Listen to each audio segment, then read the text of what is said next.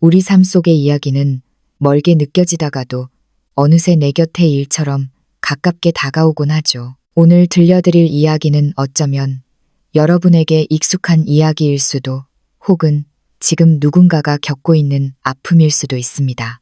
그럼 천천히 들어보시죠. 이혼 8년차 출장길에 우연히 전 남편이 사는 동네를 지나다 시장에서 전 시어머니와 마주쳤습니다. 어색한 인사를 나누고 억지로 이끌려 들어간 전 남편의 집. 문을 열자마자 저는 그 자리에서 얼어붙고 말았습니다. 제 이름은 김서연, 올해 35입니다. 이혼한 지 8년 만에 전 남편 박민호가 살고 있는 이 지방 소도시 땅을 처음 밟았습니다. 이번 방문은 회사에서 파견한 지방 협력 프로젝트 출장 때문이었죠. 일 처리는 순조로웠고 오후에 짬이 좀 나서 이 지역 특산물이라도 좀 사볼까 싶어 시장 구경을 나섰습니다. 집에 있는 부모님과 아이에게 촌닭 유정란이나 말린 나물 같은 걸 좀 사다 주고 싶었거든요. 내비게이션을 켜보니 묵고 있는 호텔 근처에 30년은 좋게 되었다는 사람 냄새 물씬 나는 오래된 재래시장이 있었습니다. 저는 편안한 플랫슈즈로 갈아 신고 휴대폰만 챙겨 들고 그곳으로 향했습니다. 시장 입구에 들어서자마자 풋내 섞인 채소 향과 고소한 기름 냄새, 그리고 비릿한 수산물 냄새가 뒤섞여 훅 끼쳐왔습니다. 어린 시절 엄마 손을 잡고 시장을 거닐던 기억과 똑같은 꽤나 정겨운 냄새였죠. 시장 안은 사람들로 북적였고 어깨가 부딪힐 정도였습니다. 상인들의 호객 소리가 여기저기서 들려왔습니다. 싱싱한 오이, 방금 따왔어요. 3개 2,000원. 살아있는 화로, 새우, 바로 회쳐드립니다. 시끌벅적하지만 그 속에 묘한 활기가 넘쳤습니다. 저는 느긋하게 걸으며 가판대를 하나하나 구경하다가 한 할머니의 좌판에서 유정란 한 바구니를 골랐습니다. 할머니는 손이 빨랐고 가는 길에 깨지지 말라며 검은 비닐봉지를 2겹이나 겹쳐 꼼꼼히 싸주셨습니다. 계산을 마치고 막 몸을 돌리려는데 등 뒤에서 누군가 저를 부르는 소리가 들렸습니다. 김서연, 너 서연이 아니니? 귀에 익으면서도 어딘가 낯선 목소리였습니다. 저는 잠시 멍하니 있다가 천천히 뒤를 돌아보았습니다. 그곳에는 희끗희끗한 머리에 살집이 좀 있는 중년 여성이 서 있었습니다. 물이 빠져 희뿌연 파란색 점퍼를 입고 빈 장바구니를 든 채 눈을 동그랗게 뜨고 저를 쳐다보고 있었죠. 저는 몇 초간 자세히 뜯어보다가 심장이 쿵 하고 내려앉는 줄 알았습니다. 전 시어머니 최영자 씨였습니다. 8년 만에 본 그녀는 많이 늙어 있었습니다. 예전에는 외모에 신경을 많이 써서 머리카락 한 올 흐트러짐 없이 빗어 넘기고 옷도 늘 깔끔하게 차려입던 분이었는데 지금은 관자놀이에 흰머리를 감추지 못했고 눈가의 주름도 깊게 패여 있었습니다. 전체적으로 많이 초췌해진 모습이었죠. 저는 순간적으로 반응하지 못하다가 무의식적으로 내뱉었습니다.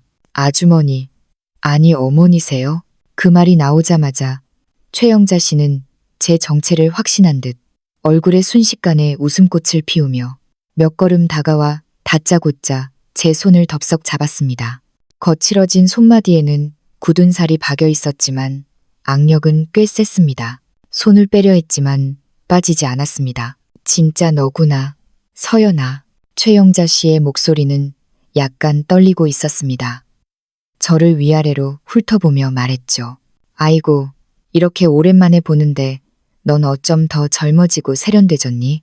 예전이랑 분위기가 완전히 다르다. 예. 저는 잡힌 손이 불편해서 어색하게 웃었습니다. 어머니도 잘 지내셨죠? 저는 이쪽에 출장 온 김에 잠시 들렀어요. 잘 지내긴 뭘. 그냥 늙은이 사는 게 다 그렇지. 최영자 씨는 한숨을 푹 쉬더니 갑자기 태도를 바꾸어 제 팔짱을 끼고 시장 밖으로 잡아끌기 시작했습니다. 너 어렵게 여기까지 왔는데 어떻게 연락도 없이 그냥 가니? 가자. 우리 집 가서 차라도 한 잔 마시고 쉬다 가라. 그 말을 듣자마자 가슴이 철렁했습니다. 저는 황급히 몸을 뒤로 빼며 거절했습니다. 아니에요. 괜찮습니다. 그냥 장 좀 보고 바로 호텔로 들어가 봐야 해요. 패 끼치고 싶지 않습니다. 패는 무슨. 최영자 씨는 팔을 놓기는커녕 더 꽉 움켜쥐었습니다. 거절을 용납하지 않겠다는 강경한 태도였죠. 우리가 그래도 고부지간이었는데 비록 너랑 민호가 이혼했어도 난 널 친딸처럼 생각했어. 어렵게 왔는데 집 문턱도 안 밟고 가는 게 말이 되니? 그리고 집에 내 시아버지도 있어.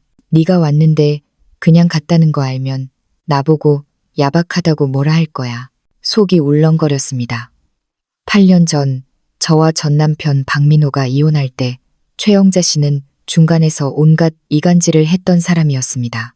저와 민호는 연애 결혼을 했고 결혼 후 저는 집안의 모든 살림을 도맡으며 시부모님께도 최선을 다했습니다. 하지만 그녀는 늘 제가 마음에 안 든다며 친정 형편이 기운다는 둥, 싹싹하지 못하다는 둥 하며 민호에게 매일같이 불평을 늘어놓았습니다. 나중에 민호가 바람을 피웠을 때도 그녀는 아들을 나무라기는커녕 오히려 적반하장으로 제가 남편 단속을 못해서 그렇다며 저를 빈손으로 쫓아내듯 내몰았습니다. 제가 지난 8년 동안 이 도시에 발도 들이지 않았던 건 그 지긋지긋한 집구석과 다시는 엮이고 싶지 않아서였습니다. 그런데 이제 와서 이렇게 열정적으로 저를 집에 초대하다니 저는 온몸으로 거부감이 들었습니다. 어머니, 정말 괜찮아요. 저 처리할 업무도 남았고 시간이 빠듯해요. 저는 다시 한번 팔을 빼내려 하며 단호하게 말했습니다. 일이 아무리 바빠도 차 한 잔 마실 시간은 있겠지. 최영자 씨는 미간을 찌푸리며 제 팔을 끌고 시장 입구 쪽으로 성큼성큼 걸어갔습니다. 우리 집 여기서 안 멀어. 걸어서 10분이면 가. 금방이야. 그냥 이 늙은이 말동무나 좀 해준다 치고 가자. 응? 주변 상인들과 지나가던 사람들이 호기심 어린 눈으로 쳐다보며 수군거리기 시작했습니다. 얼굴이 화끈거려 견딜 수가 없었습니다. 최영자 씨의 태도를 보니 제가 따라가기 전까진 절대 놓아주지 않을 기세였습니다. 저는 손에 들린 달걀 바구니와 애원하는 듯한 최영자 씨의 얼굴을 번갈아 보며 갈등했습니다.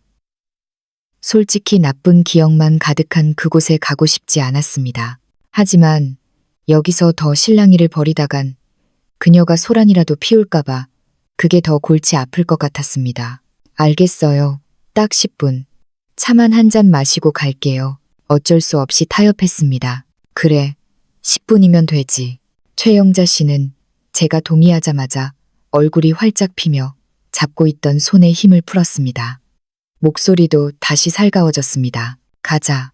안 그래도 네 시아버지가 요즘 네 얘기를 자주 했어. 예전에 네가 해준 갈비찜이 제일 맛있었다고, 식당 음식보다 훨씬 낫다고 하면서 말이야. 저는 대꾸하지 않고 묵묵히 그녀를 따라 시장을 빠져나갔습니다.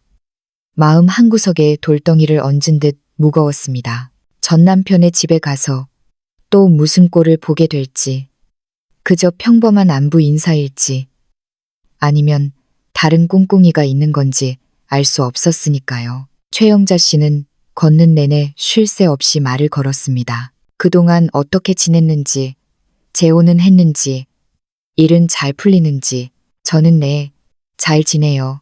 그럭저럭요. 하며 건성으로 대답했습니다. 더 깊은 대화를 나누고 싶지 않았습니다. 지방 소도시의 길은 좁았고 양옆으로는 낡은 빌라와 주택들이 늘어서 있었습니다. 담장에는 담쟁이 덩굴이 무성했죠. 길을 가다 마주친 동네 사람들은 최영자 씨와 인사를 나누며 저를 힐끔거렸습니다. 그럴 때마다 최영자 씨는 우리 전 며느리 서연이야. 인사하러 왔어. 라고 소개했습니다. 사람들의 시선이 너무나 불편해서 저는 고개를 푹 숙이고 걸음을 재촉했습니다. 걷다 보니 어느새 낡은 아파트 단지 입구에 도착했습니다. 박민호의 집이 있는 곳이었죠. 제가 3년이나 살았던 곳이라 눈 감고도 찾을 수 있는 곳이었습니다. 8년 만에 다시 본 아파트는 더 낡아 있었고 경비실만 새 것으로 바뀌어 있었습니다. 화단에는 철쭉이 제법 화사하게 피어 있었지만요. 최영자 씨는 익숙하게 저를 이끌고 단지 안으로 들어가 코너를 2번 돌더니 한 동 앞에 멈춰 섰습니다. 다 왔다.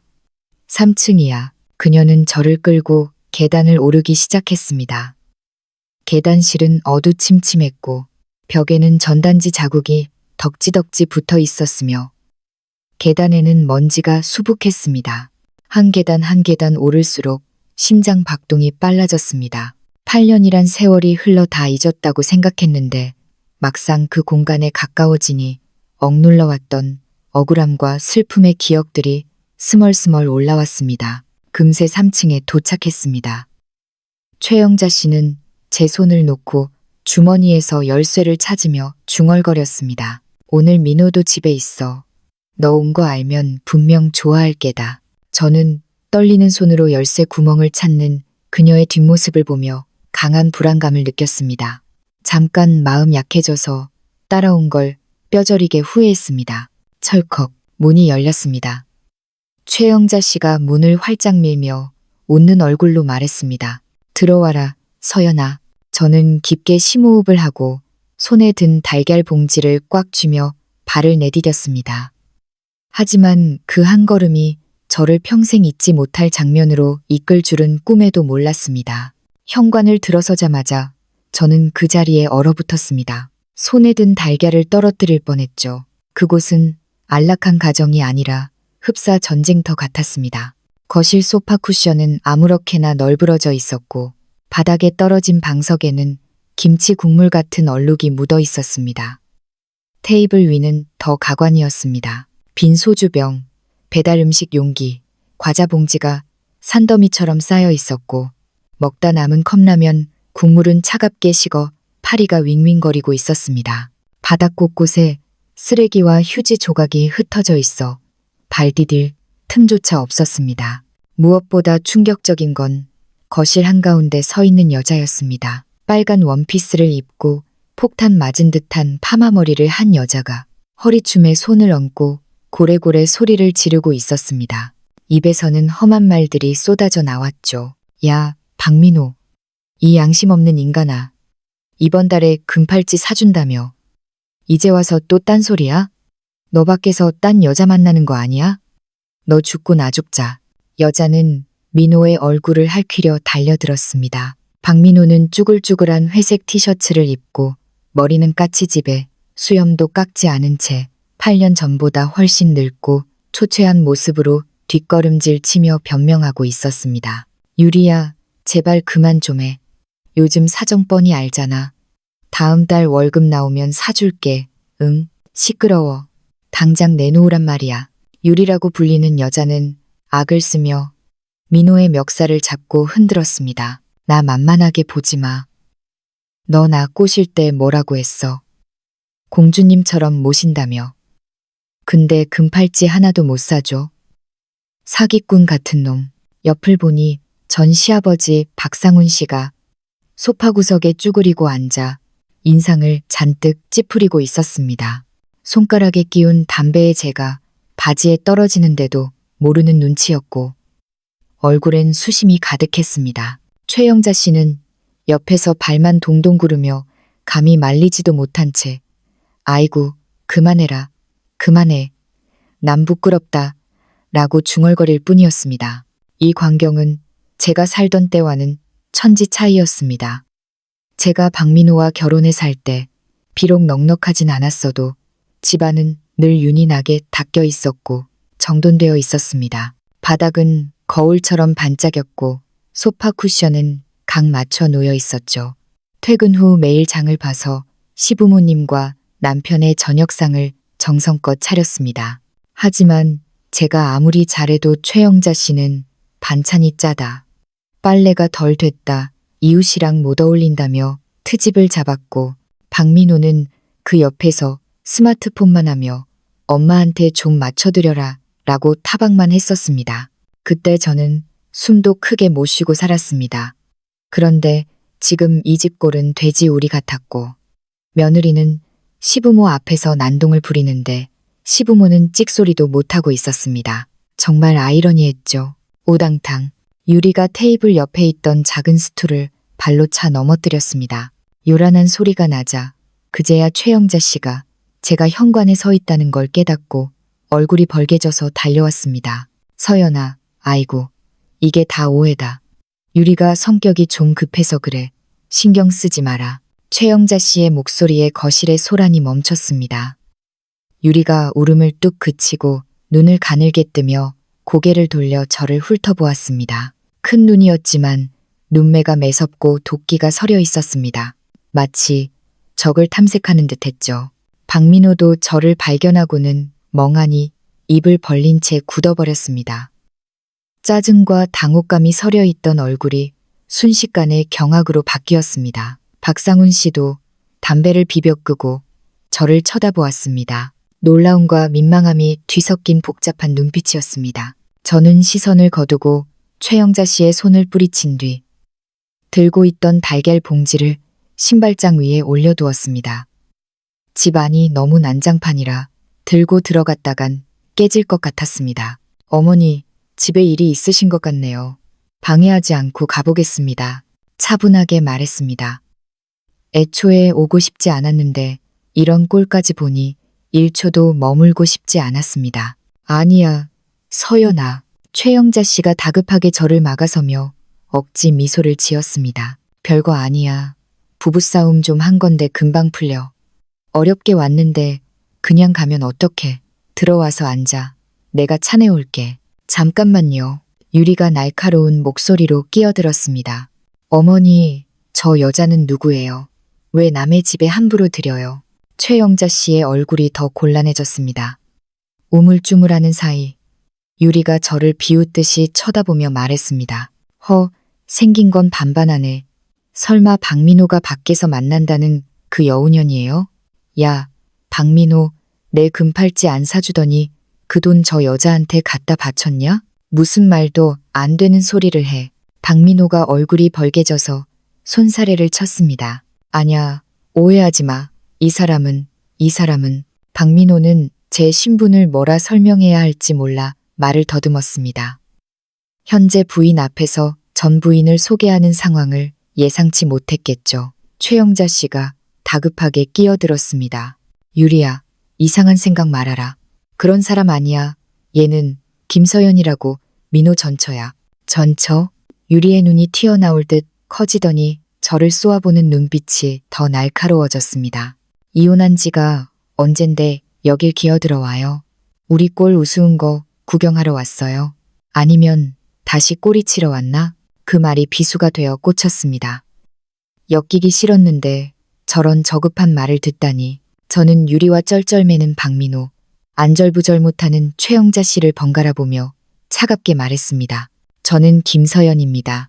출장 왔다가 시장에서 우연히 어머님을 만났고 차 한잔하고 가라는 강권에 못 이겨온 것뿐입니다. 다른 뜻은 전혀 없습니다. 집안 사정이 복잡해 보이니 저는 이만 가보겠습니다. 몸을 돌려 문을 열려는데 유리가 튀어나와 문을 가로막았습니다. 허리에 손을 얹고 악을 썼습니다. 어딜 도망가. 그렇게는 안 되지. 내 말이 진짜인지 가짜인지 어떻게 알아? 우리 가정 파탄 내려고 작정하고 온 거 아니야? 잘 들어.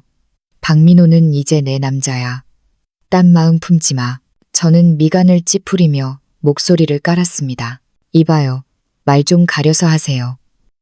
저는 박민호 씨한테 털끝만큼도 미련 없습니다. 남의 가정 파탄 낼 생각도 없고요. 계속 이렇게 억지 부리면 저도 가만 안 있습니다. 억지? 내가 억지라고?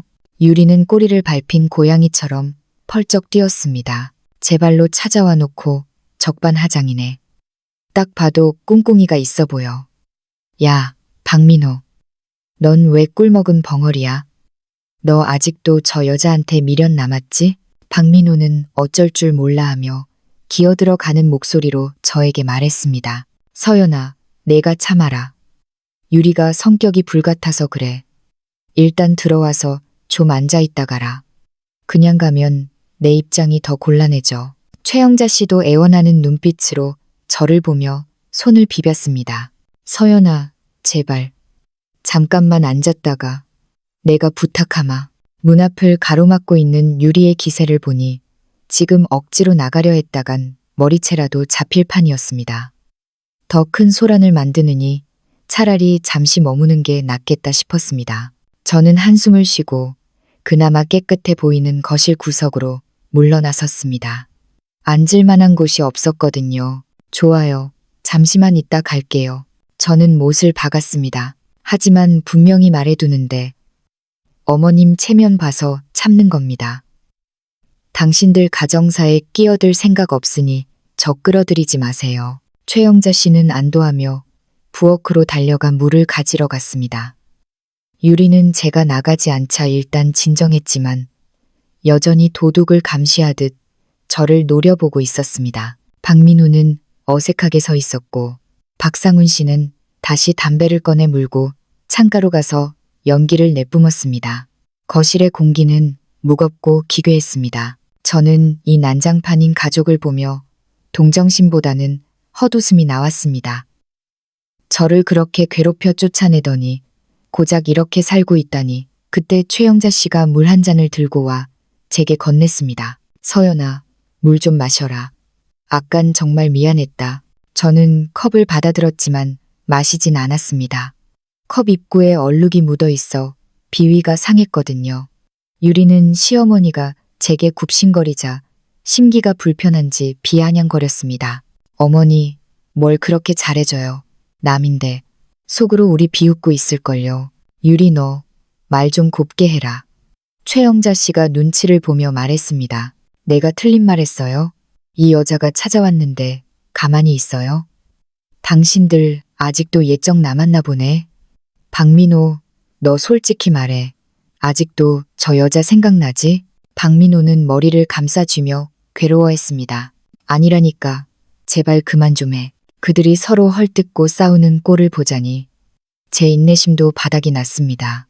옛날 일은 꺼내지 않으려 했지만 저를 몰아세우는 꼴이며 박민호와 최영자 씨의 비겁한 태도를 보니 8년 전 기억이 생생하게 되살아났습니다. 그때 박민호가 바람 피우다 걸렸을 때도 최영자 씨는 똑같았습니다. 아들을 혼내기는커녕 저를 붙잡고 울면서 남자가 살다 보면 실수할 수도 있지.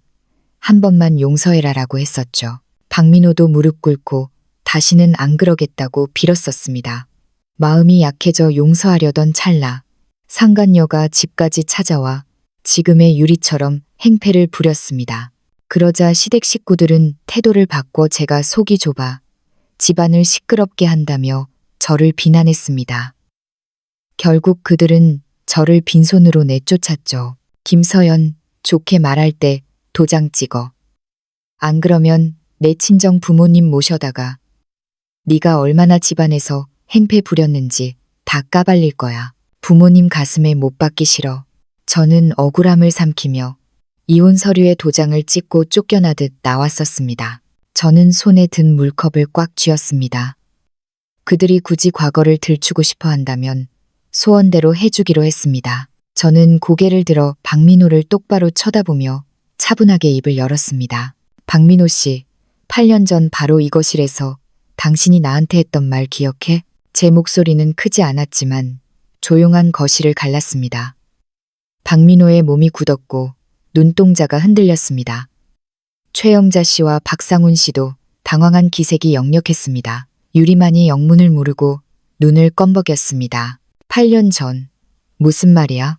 저는 유리를 무시하고 박민호를 향해 계속 말했습니다. 좋게 헤어지자면서 나 빈몸으로 나가라고 했지.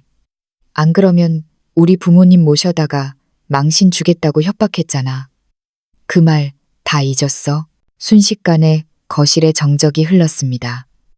창밖의 매미 소리가 귀를 찢을 듯 크게 들렸습니다. 박민호의 얼굴은 백지장처럼 하얗게 질렸고 식은땀을 흘리며 뒷걸음질 쳤습니다. 박상훈 씨의 담뱃재가 다시 바지로 떨어졌지만 털어낼 생각도 못했습니다. 최영자 씨는 얼굴이 홍당무가 되어 손을 내저었습니다. 서연아, 왜 갑자기 지난 얘기를 꺼내고 그러니? 다 지난 일인데 그때는 다 오해였어. 오해. 오해? 저는 차가운 비소를 흘렸습니다.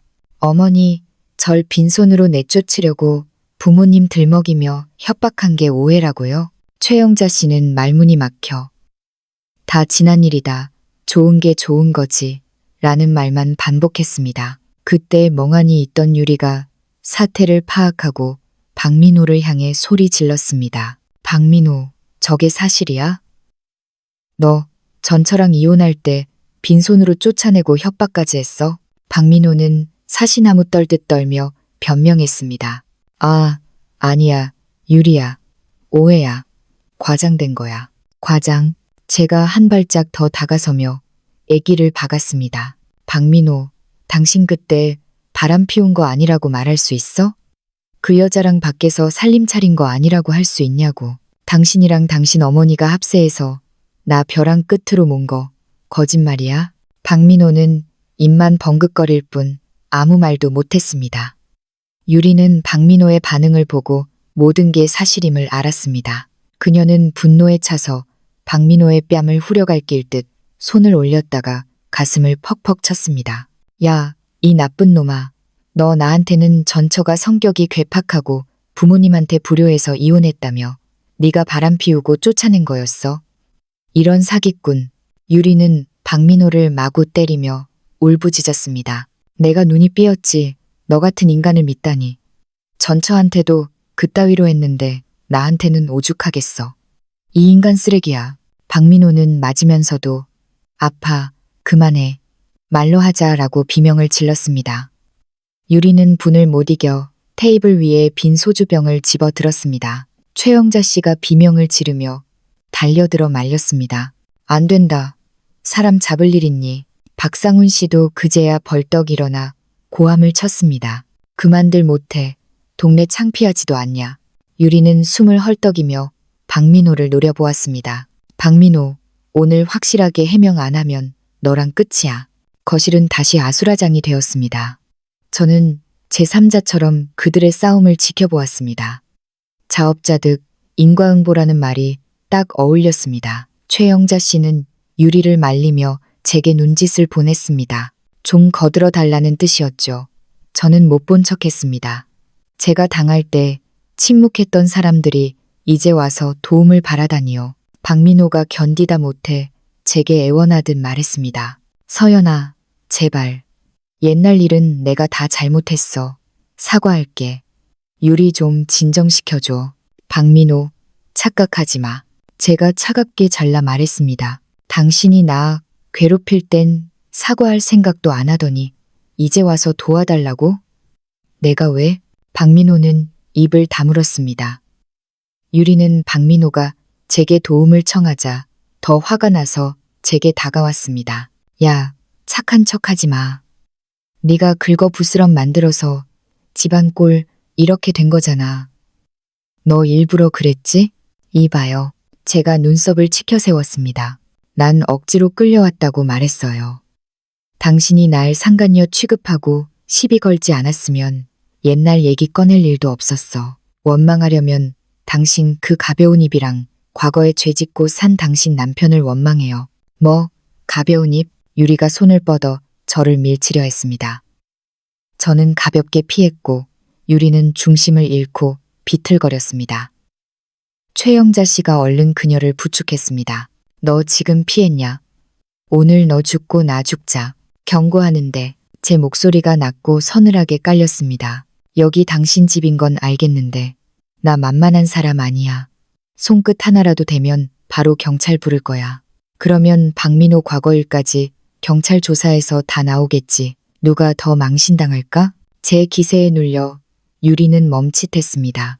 겉보기엔 유순해 보였던 제가 이렇게 강경하게 나오자 당황한 듯 했습니다. 최영자 씨도 거들었습니다. 그래, 유리야. 참아라. 경찰 오면 진짜 큰일 난다. 박상훈 씨가 한숨을 쉬며 말했습니다. 유리야, 진정해. 이건 애초에 민호 잘못이야. 김서연 씨는 잘못 없다. 더 소란 피우면 나도 가만 안 있는다. 시댁 식구들이 다 제 편을 들자. 유리는 서러움이 폭발했는지 바닥에 주저앉아 대성통곡을 했습니다. 다들 저 여자 편만 들고 내가 이 집 시집 와서 고생만 죽어라 하고 이제 이런 꼴까지 당해? 아이고, 내 팔자야. 바닥을 치며 우는 꼴을 보니 한심하기 짝이 없었습니다. 상황이 불리하면 떼쓰는 게 특기인 여자. 박민호 수준에 딱 맞는 사람이었습니다. 나 이혼할 거야. 금팔찌 필요 없어. 박민호, 이혼해. 이혼 소리에 박민호가 사색이 되어 무릎을 꿇고 빌었습니다. 유리야, 안 돼. 내가 잘못했어. 다신 안 속일게. 금팔찌 사줄게. 응? 제발 이러지 마. 비굴하게 매달리는 전 남편을 보니 씁쓸한 웃음만 나왔습니다. 저를 내칠 때는 그렇게 당당하더니 더 이상 이 추태를 보고 싶지 않았습니다. 저는 신발장 위에 달걀을 집어들고 말했습니다. 어머니, 집안일은 알아서들 해결하세요.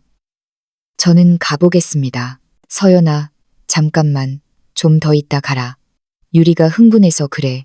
최영자 씨가 저를 붙잡았지만 저는 단호하게 뿌리쳤습니다. 이미 충분히 예의 지켰습니다. 문을 열려는데 유리가 벌떡 일어나 다시 문을 막아섰습니다. 못 가. 우리 집 쑥대밭 만들어 놓고 어딜 도망가? 비켜요. 경찰 부르기 전에. 불러. 내가 겁날 줄 알아? 너 이혼하고 8년이나 지나서 남의 남편 꼬시러 온 거 다 소문낼 거야. 박민호가 유리를 뜯어 말렸습니다. 유리야, 제발 그만해 보내줘. 이거 놔. 넌 아직도 저 여자가 좋냐? 박민호는 저를 보며 애원했습니다. 서연아, 미안하다. 조금만 기다려줘. 유리가 진정되면 보내줄게. 기가 막혔습니다. 나가려 해도 나갈 수가 없는 상황이라니. 그때 박상훈 씨가 굵은 목소리로 말했습니다. 보내드려라. 그 한마디에 유리가 멈칫했습니다. 박상훈 씨가 현관으로 걸어와 저를 보며 말했습니다. 김서연 씨, 오늘 우리 집안이 큰 실례를 범했소. 미안합니다. 어서 가시오. 그는 유리를 힘으로 끌어당겨 길을 터주었습니다. 유리가 발버둥 쳤지만 시아버지의 완력은 이기지 못했습니다. 저는 박상훈 씨에게 짧게 목례하고 문을 열고 나갔습니다. 서연아, 최영자 씨가 저를 불렀습니다. 복도에 서서 그녀를 돌아보았습니다. 그녀의 눈에 미안함과 아쉬움이 가득했습니다. 우리가 정말 미안했다. 나중에라도 시간 되면 한번 들러줄 수 있겠니? 저는 고개를 저었습니다. 아니요, 어머니. 우린 이미 끝난 인연입니다. 각자 잘 살죠. 저는 뒤도 돌아보지 않고 계단을 내려왔습니다.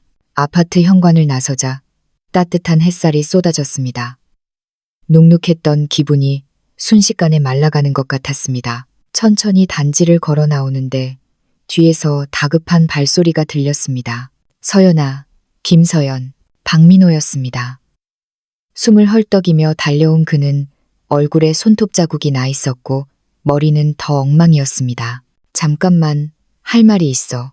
저는 짜증이 솟구쳤습니다. 할 말 없어.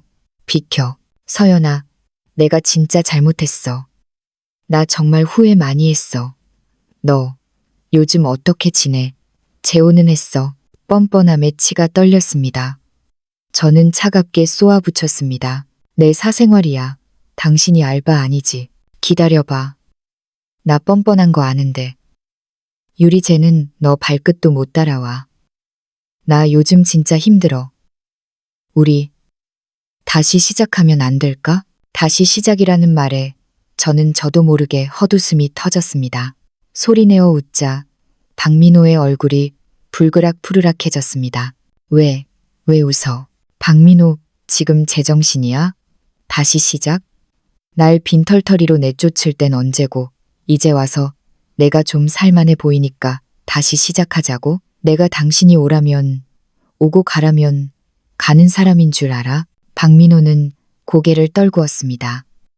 그때 저 멀리서 유리에 찢어지는 목소리가 들려왔습니다. 박민호, 너 거기 안 서. 기어이 쫓아갔어. 유리가 신발도 짝짝이로 신은 채 달려왔습니다. 눈물 범벅이 된 얼굴로 도착하자마자 박민호를 꼬집고 저를 노려보았습니다. 이 여우년, 이혼녀 주제에 남의 남편한테 꼬리쳐. 뻔하다 뻔해. 늙어서 아무도 안 데려가니까 재활용이라도 하려는 거 아니야? 동네 사람들이 웅성거리며 모여들었습니다. 박민호가 유리를 말렸지만 유리는 더 크게 소리쳤습니다. 이봐요들, 이 여자가 내 남편 꼬시는 거 보셨죠? 뻔뻔하게 얼굴 들고 다니는 꼴 좀 보세요. 더 이상 참을 수 없었습니다. 저는 침착하게, 그러나 또렷하게 말했습니다. 이봐요, 첫째, 내가 꼬신 게 아니라 당신 남편이 쫓아온 겁니다. 둘째, 내가 누구를 만나든 당신과는 상관없습니다. 셋째, 당신이 이렇게 길길이 날뛰는 거 나한테 열등감 느껴서 그러는 거 아닙니까? 열등감. 하! 유리가 코웃음 쳤습니다. 주제 파악 좀 해. 난 합법적인 와이프고 넌 버림받은 이혼녀야. 누가 누굴 부러워해? 법적 부부면 뭐 합니까? 행복하세요. 금팔찌 하나 때문에 난동 부리고 집안꼴 엉망으로 만드는 게 행복입니까? 뭐야? 너 지금 내 옷차림 보고 무시하는 거야? 너야말로 그 옷 싸구려 브랜드 아니야? 저는 대꾸하는 대신 핸드백에서 휴대폰을 꺼내 사진첩을 열어 유리 눈앞에 들이밀었습니다. 내가 어떻게 사는지 궁금해요. 직접 봐요. 유리는 의심스러운 눈초리로 화면을 보다가 이내 눈이 점점 커졌습니다. 박민호도 슬그머니 다가와 화면을 보더니 입을 다물지 못했습니다. 사진 속에는 제가 운영하는 문화 콘텐츠 기획사 만경의 사무실 전경, 연말 파티 사진, 바이어들과의 계약 장면이 담겨 있었습니다. 그리고 제 명의의 강남 아파트 등기 권리증, 포르쉐 차량 등록증 사진도 보여주었습니다. 평소엔 절대 남에게 보여주지 않지만 이들에게는 보여줄 필요가 있었습니다. 이게 말도 안 돼. 조작이지?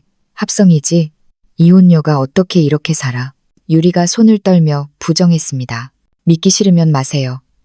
내 회사는 서울 중심가에 있고 이름은 만경문화입니다. 검색하면 바로 나와요. 저는 휴대폰을 집어넣으며 말했습니다. 8년 전 난 빈손이었지만 포기하지 않았어요. 죽을 힘을 다해 노력해서 여기까지 왔습니다. 누구 눈치도 안 보고 내 능력으로 당당하게 살아요. 당신처럼 남편 바지가랑이 잡고 금팔찌 타령이나 하는 삶보다 100배, 1000배 낫습니다. 유리는 얼굴이 흑빛이 되어 아무 말도 못했습니다. 주변 사람들의 수군거림이 들려왔습니다. 저 여자 보통이 아니네. 사장님이래. 그러게 품위가 다르더라니. 저 젊은 여자는 길바닥에서 소리나 지르고 차차. 박민호는 쥐구멍이라도 찾고 싶은 표정이었습니다. 저는 그들에게 일말의 동정도 느끼지 않았습니다. 오히려 상쾌했습니다. 이제 누가 불쌍한지 알겠어요? 저는 한마디를 남기고 돌아섰습니다. 뒤에서 최영자 씨와 박상훈 씨가 달려오는 게 보였습니다. 서연아, 무슨 일이냐? 저는 그들에게 짧게 목례하고 말했습니다. 어머니, 아버님, 저는 이만 가보겠습니다. 더 이상 볼 일 없을 거예요. 잠깐만, 서연아, 박민호가 절박하게 불렀습니다. 연락처라도 줘. 내가 나중에라도 갚을게. 제발, 필요 없어. 다시는 내 앞에 나타나지 마. 차단할 거야. 저는 단호하게 말하고 인파를 헤치고 빠져나왔습니다. 유리는 분에 못 이겨 발을 굴렀지만 쫓아오진 못했습니다.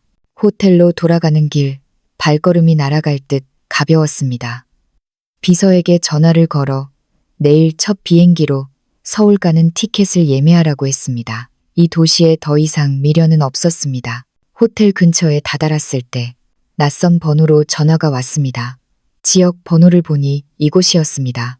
망설이다 받았더니 최영자 씨의 울먹이는 목소리가 들렸습니다. 서연아, 제발 한 번만 더 와주라. 유리가 자살한다고 난리를 쳐. 경찰 부르기엔 일이 너무 커질 것 같고 친정에 전화했더니 안 받는다. 네가 와서 좀 알려주면 안 되겠니? 기가 찼습니다. 끝까지 민폐였습니다. 어머니, 그건 댁 집안일입니다. 경찰 부르세요. 제발 부탁이다. 사람 목숨 달린 일 아니니 내가 평생 은혜 갚으마. 제발. 노인의 애타는 울음소리에 마음이 약해졌습니다. 결국 저는 한숨을 쉬며 알겠다고 했습니다. 정말 마지막이었습니다. 다시 아파트로 돌아가니 현관문이 열려 있고 곡소리가 났습니다. 유리가 과도를 손목에 대고 울부짖고 있었고 시부모와 박민호가 쩔쩔매고 있었습니다. 제가 들어서자 모두의 시선이 집중되었습니다. 유리는 저를 보자마자 악을 썼습니다. 너 왜 왔어? 내 꼴 구경하러 왔지. 나 죽어도 너네 둘 재결합 못해. 저는 무시하고 최영자 씨에게 말했습니다. 칼부터 내려놓게 하세요. 최영자 씨가 유리를 달랬지만 유리는 요지부동이었습니다. 저 여자가 당장 꺼져야 내려놓을 거야. 그때 최영자 씨가 결심한 듯 입을 열었습니다. 유리야, 네가 아무리 그래도 서연이 발끝도 못 따라간다. 그 말에 유리는 물론 저도 놀랐습니다. 최영자 씨는 제 앞으로 터벅터벅 걸어오더니 갑자기 무릎을 꿇었습니다. 어머니, 박민호가 놀라 소리쳤지만 최영자 씨는 저를 올려다보며 눈물을 흘렸습니다. 서연아, 내가 죽을 죄를 지었다. 내가 우리 집에 있을 때 얼마나 잘했는지. 내가 미쳤었지. 내 귀한 줄 모르고 구박만 하고 민호가 바람 피울 때도 널 탓하고 내가 천벌 받을 년이다. 최영자 씨의 통곡에 박상훈 씨도 고개를 떨구며 사과했습니다. 면목이 없다. 우리가 늙어서 벌 받는 거다. 유리가 들어오고 나서 하루도 편할 날이 없었어. 우리 돈 다 갖다 쓰고 우릴 하인 취급하고 너랑 살 때가 얼마나 천국이었는지 이제야 알았다. 유리는 충격을 받아 칼을 떨어뜨렸습니다. 어머니, 아버님, 어떻게 저한테 이럴 수가 있어요? 너 하는 짓을 봐라. 우리가 오죽하면 이러겠니? 유리는 배신감에 치를 떨며 소리쳤습니다. 다 필요 없어. 이혼해. 더러워서 안 살아. 유리는 문을 박차고 뛰쳐나갔고 박민호가 뒤쫓아 나갔습니다. 거실엔 정적만 남았습니다. 저는 무릎 꿇은 최영자 씨를 일으켜 세웠습니다. 일어나세요. 어머니, 이제 다 지난 일입니다. 나 용서해 주는 거니? 용서라기보다 그냥 있겠습니다. 미워하는 것도 힘든 일이거든요. 저는 이제 잘 사니까 두 분도 건강 챙기시며 사세요. 최영자 씨와 박상훈 씨는 연신 고맙다며 눈물을 흘렸습니다. 밥이라도 먹고 가라는 걸 정중히 거절하고 나왔습니다. 이제 정말 끝이었습니다. 아파트 입구를 나서는데 길가에서 밀크티를 파는 가게가 보였습니다. 달달한 게 당겨 한 잔 샀습니다. 따뜻한 밀크티를 한 모금 마시니 온몸이 녹는 것 같았습니다. 그때 또다시 박민호에게 전화가 왔습니다. 서연아, 유리랑 진짜 끝날 것 같아. 나 정말 너밖에 없어. 다시 시작하자. 응? 저는 밤하늘을 올려다보며 피식 웃었습니다. 박민호. 꿈깨. 8년 전 비 오는 날. 나 빈털터리로 쫓겨나서 갈 곳 없을 때. 너 뭐 했어? 딴 여자랑 희희낙낙했잖아. 내가 아파서 링거 꽂고 혼자 울 때 넌 어디 있었어? 이제 와서 내가 잘 사니까 탐나? 그거 도둑놈 신보야. 내가 다 갚을게. 너한테 받을 거 없어. 내 인생은 내 거야. 내가 불행한 건 내가 자초한 일이고 다시는 연락하지 마. 번호 바꿀 거야. 전화를 끊고 바로 수신 차단을 했습니다. 속이 뻥 뚫린 듯 시원했습니다. 호텔로 돌아와 엄마와 영상 통화를 했습니다. 화면 속 엄마는 걱정스러운 얼굴이었습니다. 서연아, 밥은 먹었니? 별일 없었고? 응, 엄마. 나 오늘 전 시댁 식구들이랑 완전히 정리했어. 다시는 엮일 일 없어. 아이고, 잘했다. 속이 다 시원하네. 6살 난 아들 준우가 화면에 끼어들었습니다. 엄마, 언제 와? 보고 싶어. 내일 갈게, 우리 아들. 선물 사갈게. 아이의 해맑은 미소를 보니 하루의 피로가 싹 가셨습니다. 다음날 서울로 돌아오는 비행기 안, 저는 창밖을 보며 생각에 잠겼습니다. 8년 전의 상처가 비로소 아물어 딱지까지 떨어진 기분이었습니다. 서울에 도착해 일상으로 복귀했습니다. 며칠 뒤 회사 앞에서 유리가 또 난동을 부린다는 보고를 받았습니다. 내려가 보니 유리가 남의 남편 뺏은 년이라며 고래고래 소리를 지르고 있었습니다. 하지만 이번엔 시부모님이 나타나 유리를 끌고 갔습니다. 들리는 소문엔 결국 둘은 이혼했고 유리는 위자료도 거의 못 받고 쫓겨났다더군요. 계절이 바뀌어 가을이 되었습니다. 주말을 맞아 엄마와 준우를 데리고 근교 펜션으로 여행을 갔습니다. 따뜻한 온천물에 몸을 담그고 저녁엔 바비큐를 해 먹으며 웃음꽃을 피웠습니다. 다음 날 펜션 근처 산책로에서 한 가족을 만났습니다. 사업 파트너인 이 대표님 가족이었습니다. 김 대표님, 여기서 뵙네요. 아, 안녕하세요, 이 대표님. 세상 참 좁네요. 이 대표님의 아내분과 딸도 함께였습니다. 아이들끼리는 금방 친해져서 뛰어놀았고, 우리는 벤치에 앉아 담소를 나누었습니다. 따뜻한 햇살 아래 좋은 사람들과 함께하는 이 시간이 참으로 평화로웠습니다. 며칠 전 지방 소인이 찍힌 엽서 한 장이 회사로 왔습니다. 최영자 씨였습니다. 삐뚤빼뚤한 글씨로 이렇게 적혀 있더군요. 서연아, 우린 잘 지낸다. 민호는 타지로 일하러 갔다. 너랑 준우, 항상 행복하길 빈다. 저는 엽서를 잠시 바라보다 서랍 깊숙한 곳에 넣었습니다. 창밖으로 노을이 지고 있습니다. 거실에선 준우가 할머니와 장난치며 웃는 소리가 들려옵니다. 이 평범하고 따뜻한 일상이 바로 제가 그토록 지키고 싶었던 행복입니다. 과거의 아픔은 저를 더 단단하게 만들었고, 저는 이제 누구보다 당당하게 제 삶을 사랑합니다. 여러분의 내일도 따뜻하길 바랍니다.